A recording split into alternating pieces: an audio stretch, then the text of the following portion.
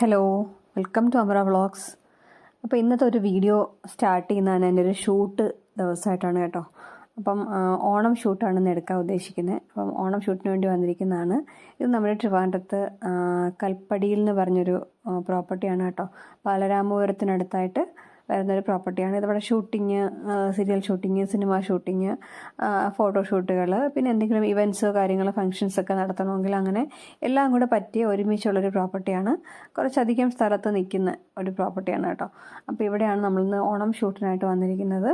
കുറച്ചായിട്ട് ഇവിടെ വരണമെന്ന് വിചാരിക്കുന്നു, പക്ഷേ നടന്നിട്ടുണ്ടായിരുന്നില്ല. നമുക്കറിയായിരുന്നു ഇങ്ങനെ ഒരു പ്രോപ്പർട്ടി ഉണ്ടെന്ന് അറിയായിരുന്നു, പക്ഷേ വരാൻ പറ്റിയിട്ടുണ്ടായിരുന്നില്ല. ഇപ്പോഴാണ് വന്നത്. ഭയങ്കര രസമാണ് കേട്ടോ അതിനകത്ത് നിൽക്കാനായിട്ടും.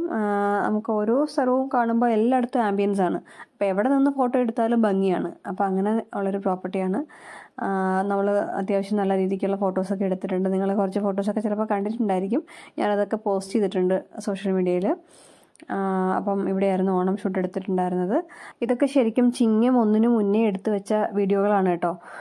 നമ്മൾ ഓണത്തിന് മുന്നേ ആയിരുന്നു, അതായത് ചിങ്ങം തുടങ്ങുന്നതിന് മുന്നേ ആണ് ഓണം ഷൂട്ടൊക്കെ ചെയ്തിട്ടുണ്ടായിരുന്നത്. കാര്യം ചിങ്ങം മാസം ആയിപ്പോയാൽ നമുക്ക് നല്ല തിരക്കാണ്, വർക്കും കാര്യങ്ങളൊക്കെ ആയിട്ട് ബിസി ആവുമെന്ന് അറിയാവുന്നത് കൊണ്ട് തന്നെ ചിങ്ങം മാസത്തിന് മുന്നേ ആണ് നമ്മൾ ഷൂട്ടൊക്കെ എടുത്ത് വെച്ചിട്ടുണ്ടായിരുന്നത്. അപ്പോൾ ആ സമയത്ത് എടുത്ത ക്ലിപ്പിങ്സുകളാണ് ഇതൊക്കെ.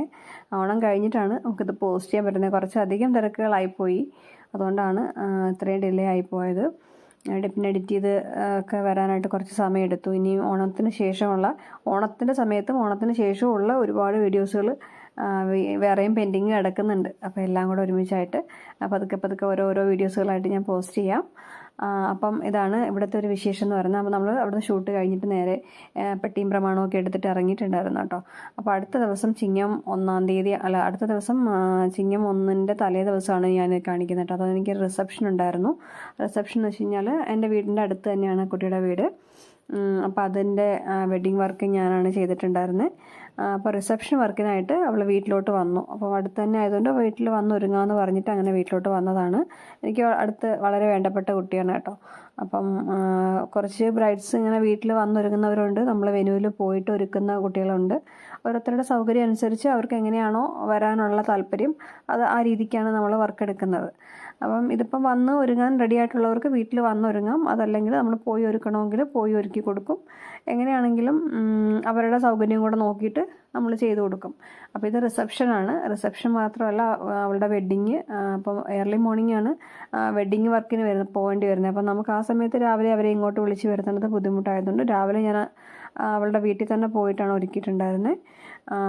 സാരി ചേഞ്ചിങ് ഉണ്ടായിരുന്നു. അതിനുശേഷം റിസപ്ഷൻ വർക്ക് ഉണ്ടായിരുന്നു. അവിടുത്തെ പയ്യൻ്റെ വീട്ടിലെ റിസപ്ഷൻ വർക്ക് ഉണ്ടായിരുന്നു. ഇതാണ് തലേന്നത്തെ റിസപ്ഷൻ വർക്കിൻ്റെ ഫൈനൽ ലുക്ക് വരുന്നത്.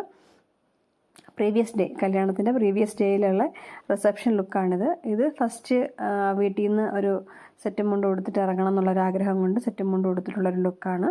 അതിനുശേഷം മണ്ഡപത്തിലെത്തിയിട്ട് സാരി ചേഞ്ചിങ് ഉണ്ടായിരുന്നു. സാരി ചേഞ്ച് ചെയ്ത സാരിയാണിത്. സാധാരണഗതിയിൽ വീഡിയോ എടുക്കാൻ ഭയങ്കരമായിട്ട് മടി കാണിക്കുന്ന കൂട്ടത്തിലാണ് ഞാൻ. എനിക്കാണെങ്കിൽ ബ്രൈഡ്സിൻ്റെ ഒക്കെ അടുത്ത് പോയി കഴിഞ്ഞാൽ വീഡിയോ എടുക്കുന്ന കാര്യം ഭയങ്കര ബുദ്ധിമുട്ടാണ്. ഞാനങ്ങനെ എടുക്കാൻ ഭയങ്കര മടിയാണ്, മറന്നും പോകും ചിലപ്പോഴൊക്കെ. അപ്പോൾ അത് കാരണം എന്തായാലും ഇപ്രാവശ്യം അങ്ങനെ പറഞ്ഞാൽ എടുത്തിടാൻ പറ്റിയത് നന്നായെന്ന് തോന്നുന്നു. അടുത്ത ഒരു ദിവസമാണ് കേട്ടോ ഇത് ഞങ്ങൾക്കൊരു അടുത്തൊരു ദിവസം ഷൂട്ടായിരുന്നു.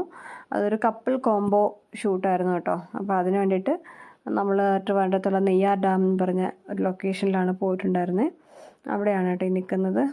കപ്പിൾ കോംബോയാണ്, അതായത് ലേഡീസിൻ്റെയും ജെൻസിൻ്റെയും കൂടെ ചേർത്ത് വരുന്ന കോംബോ ഡ്രസ്സിൻ്റെ ഷൂട്ടായിരുന്നു. നെയ്യാർ ഡാം എന്ന് പറയുമ്പം പോയിട്ടുള്ളവർക്കൊക്കെ അറിയാം, ട്രിവാൻഡ്രത്തുള്ളവർക്ക് അറിയായിരിക്കും. പ്രകൃതി രമണീയമായിട്ടുള്ളൊരു സ്ഥലമാണിത്. അപ്പോൾ നമ്മൾ അന്നത്തെ ഷൂട്ട് അവിടെയായിരുന്നു എടുത്തിട്ടുണ്ടായിരുന്നത്. അത് കഴിഞ്ഞിട്ട് ഷൂട്ട് കഴിഞ്ഞ് നേരെ വീട്ടിൽ പോയി. അടുത്ത ദിവസം എൻ്റെ ഹസ്ബൻഡിൻ്റെ, അതായത് എൻ്റെ ചേട്ടൻ്റെ ബർത്ത്ഡേ ആയിരുന്നു. അപ്പോൾ ബർത്ത്ഡേ ആയിട്ട് നമ്മൾ വീട്ടിൽ ഫുഡൊന്നും ഉണ്ടാക്കണ്ടെന്ന് തീരുമാനിച്ചു. കാര്യം വീട്ടിൽ വെച്ചാൽ വെറുതെയാണ്, കഴിക്കത്തില്ല. അപ്പം ഞാൻ വിചാരിച്ചു എങ്കിൽ പിന്നെ പുറത്ത് പോയി കഴിക്കാം, സദ്യ ആകുമ്പം പുറത്ത് പോയി കഴിക്കാമല്ലോ. അവർക്ക് 2 പേർക്കും വലിയ ഇൻട്രസ്റ്റ് ഇല്ലാത്ത കാര്യമാണ് സദ്യ കഴിക്കുക എന്ന് പറഞ്ഞാൽ. എൻ്റെ ഒരു നിർബന്ധത്തിന് വന്നു സദ്യ കഴിക്കാൻ വേണ്ടിയിട്ട് ഇരിക്കുകയാണ്.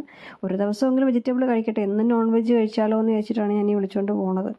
അപ്പം എനിക്ക് പിന്നെ പൊതുവെ വെജിറ്റേറിയൻ ആണ് താല്പര്യം. അങ്ങനെ പോയിട്ട് നിർബന്ധിച്ച് സദ്യയൊക്കെ മേടിച്ചു. അങ്ങനെ സദ്യ കഴിച്ചു അന്നത്തെ ദിവസം.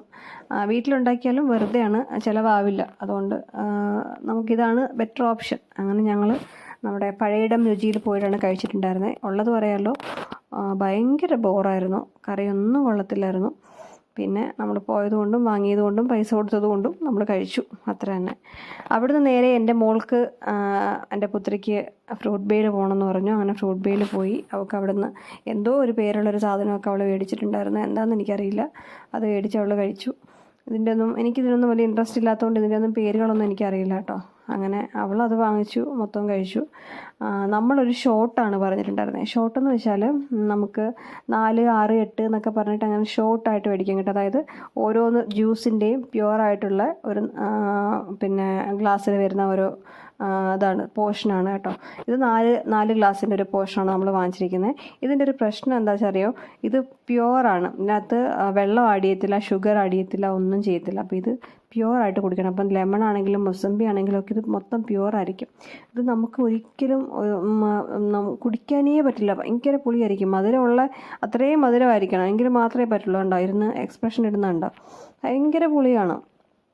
അപ്പോൾ അങ്ങനെ അത് കാരണം വാങ്ങിച്ചും പോയി, കുടിക്കാനും വയ്യല്ലോ എന്നുള്ളൊരവസ്ഥയായിപ്പോയി അവസാനം. ഒരുവിധം ഞാനും ഒരു ചെറിയ പോർഷനൊക്കെ എടുത്ത് കുടിച്ചു. ഇതൊരു 2 കവിളിനുള്ളതേ ഉള്ളൂ സംഭവം, പക്ഷേ അത് കുറച്ച് ബുദ്ധിമുട്ടാണ്. നമ്മളങ്ങനെ മധുരമൊക്കെ ഇട്ട് കുടിച്ച് ശീലിച്ചവർക്ക് നല്ല ബുദ്ധിമുട്ടാണ്. അങ്ങനെ ഒരുവിധം ഒപ്പിച്ച് ഞാനും ജസ്റ്റ് ടേസ്റ്റ് ചെയ്തൊക്കെ ഒപ്പിച്ചില്ലെങ്കിൽ ഞാൻ ചീത്ത വിളിക്കും. ഞാനും പറഞ്ഞിട്ടാണ് വാങ്ങിച്ചത്.